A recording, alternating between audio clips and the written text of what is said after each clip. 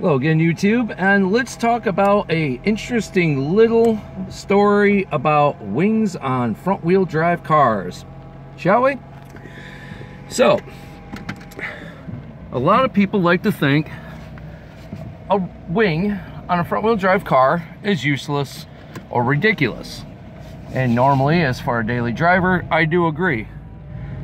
A wing on a front-wheel drive car is a hair on the ridiculous side, because it serves absolutely no purpose other than maybe adding to the drag and helping your braking. That's probably about it, other than making your car stand out. But you know, as usual, everyone's got their own opinions. People can do what they want with their cars because it's their car. But if you want to look at the technical side of things, the only way a wing is going to be useful on a front-wheel drive car is if you're on the track with the proper suspension setup to assist with your grip and improve your lap times.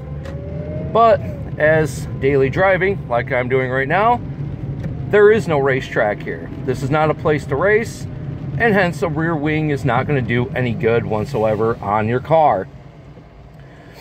So why do people do it? Misconceptions maybe?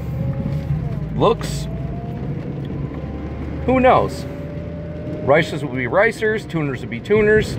That's the biggest problem with any community, especially with the car community, because it's so highly opinionated.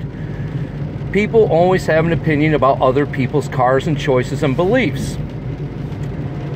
So why do people choose to attack other people because they have what is considered a ricer wing on their car? It's their car. You didn't pay any money for that car, so why would you care if someone has a big old wing on the back of their car? And I've heard arguments about muscle versus tuner versus rice. Let's take a look at the most riced out muscle car in history. That's right, I'm talking about the Dodge Daytona. That wing was fucking ridiculous. What the fuck? Yes, I understood what the intention was, why it was designed that way, what the purpose was on the track, but holy Christ, when people went and bought those things as daily drivers, what the hell were you thinking? Christ, it looks like that thing would take down telephone lines, for fuck's sake. Holy shit. Electric lines would be caught up in that fucking thing. Holy God. You know, and while we're on the subject, one of the worst problems with daily driving is '69 Dodge Daytona. Guess what? Typical Dodge problem, overheating. That's right.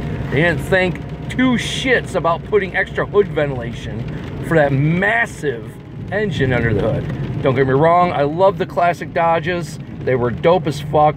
But nowadays, Dodges are nothing more than glorified Chryslers. Yes, probably get a little hate for that one. No problem, don't care. Let's get back on subject. Wings on front-wheel drive cars. Why? Well, as I said earlier, about the only thing you're going to get good out of putting a wing on your front-wheel drive car while you're daily driving it, a little extra drag to help your car stop. In my opinion, go ahead, rice it up. I don't really care. It's not my car. So, if you really want to race your car up, go ahead. It's your money, your car, feel free. But if you're putting a wing on your cars because you think it's going to have some kind of performance addition, keep your car glued to the ground, look elsewhere. There's cheaper and more effective ways to keep your car glued to the pavement. Putting a big wing on the back probably isn't the cheapest or most effective. In fact, if you really want to put a wing on a car, put it on the track. That's where those wings are going to be effective. Those wings are not going to help you when you're driving anywhere from 30 to 65 miles an hour. But we all know people drive a little faster than posted speed limits.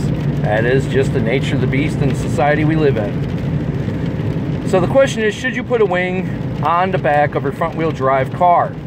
Well, that choice, of course, is up to you. That's the same question on whether or not I should camouflage my Celica. Well, I'm gonna, because I wanna, but obviously, as you see the wipers going, that is not gonna happen today, so I have to postpone that video, unfortunately. But trust me, you will be the second ones to know about it when I post that video. And I am going to do it for one sole purpose. I like it. That is why. So the next time people are out there hating on racers and shit for putting wings on the back of their front wheel drive Honda Civics and shit, keep in mind, you're not their father. You are not paying their bills. You didn't buy that car. You're not paying for them to drive that car. And for fuck's sake, your opinion is just like an asshole. Everyone has them and they all fucking stink. So keep your opinions to yourself next time you see a poor racer driving around with a big old wing on the back of their Civic. Keep in mind that the kid probably just got done watching Fast and Furious Tokyo Drift and he just wants to recreate some movie scenes safely on closed streets. Ha ha ha, ha ha ha, ha ha ha. So, how about wings on rear-wheel drive cars? Do they help? Not if you're driving a daily driver. Again, all you're doing, creating extra drag and extra braking power. Kind of silly. So unless you're on the track, and unless you got your car properly set up, in my opinion, if you want to do an effective modification to your car, you probably should skip the wing, partner. It's not going to help you like you think it's gonna. So anyway, without further ado, you keep watching, I'll keep making them. Keep it pure, guys. And always have fun. Stop opinionating other people's rides. Peace and love out there. Drive safe.